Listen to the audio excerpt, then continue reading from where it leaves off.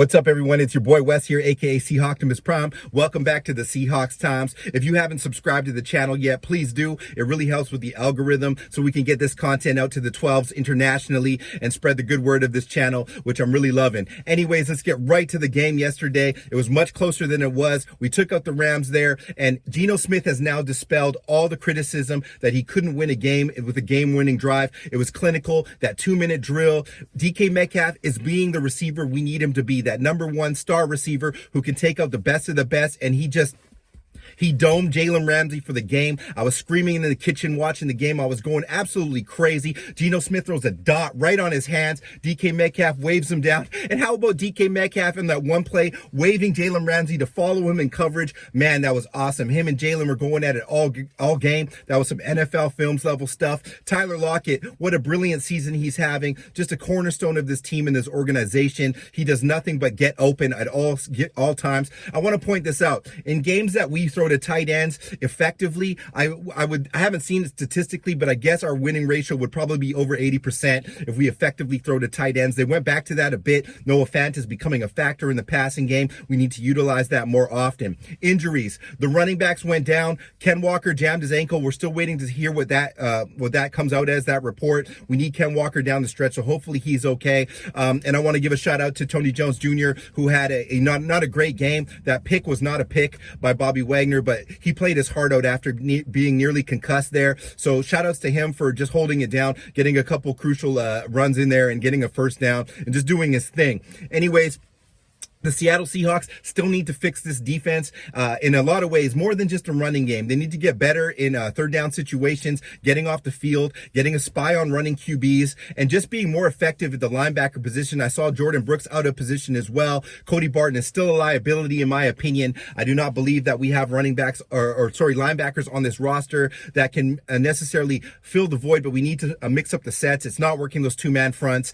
Brandon Nelson alluded to that yesterday. But the Seahawks right now are in a good position. I think that they really needed to win that game. The teams that they've been playing, although they've been subpar teams, have been throwing the book at the Seattle Seahawks. The referees have really been taking it out on the Seahawks, it feels like, too. We're not getting any calls in crucial situations, making these games closer than they should be. And I've said this going into this channel, that until the Seahawks win 7 games, they will not get national recognition. They will not get calls from referees. Now they're a 7-win team. I'm looking for that narrative to shift and us getting the benefit of the doubt on some of those 50-50 calls, and I'm looking forward to that moving forward. Anyways, injuries.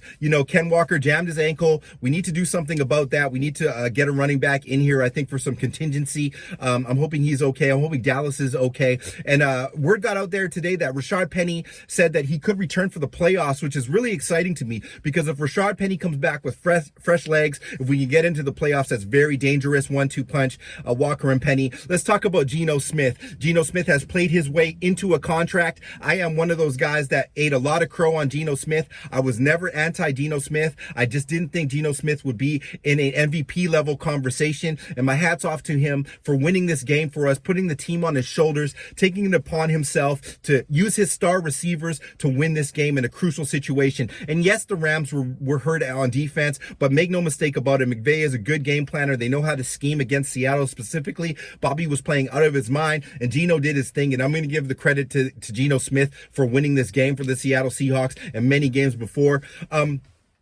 Up next, these matchups coming up next, nothing is a gimme in the NFL. We are playing the Carolina Panthers at home. I do think that we can dominate this game, but they have a good running back as well. So we're going to have to try to figure this out down the stretch. And I'm looking to for Pete Carroll and Clint Hurt to get in the war room and think, how can we create a defensive pre-snap set that can eliminate these 7 to 12 yard chunk runs that teams are getting, let alone the Josh Jacobs game, just to get us in a position that we can actually get off the field and we're not giving up those 3rd and shorts and those 4th and 2s and stuff like that to these teams. We're going to have to do that against the good teams going into the playoffs. So let's correct that instantly. I want to see more blitzing, more rushing, more attacking of these QBs, whether they're mobile or not. I want to see Darrell Taylor more involved in the stunts. We don't have to just rush outside on these guys. We're not getting pressure inside with the interior D line. So let's get more creative with the blitzing, sending extra guys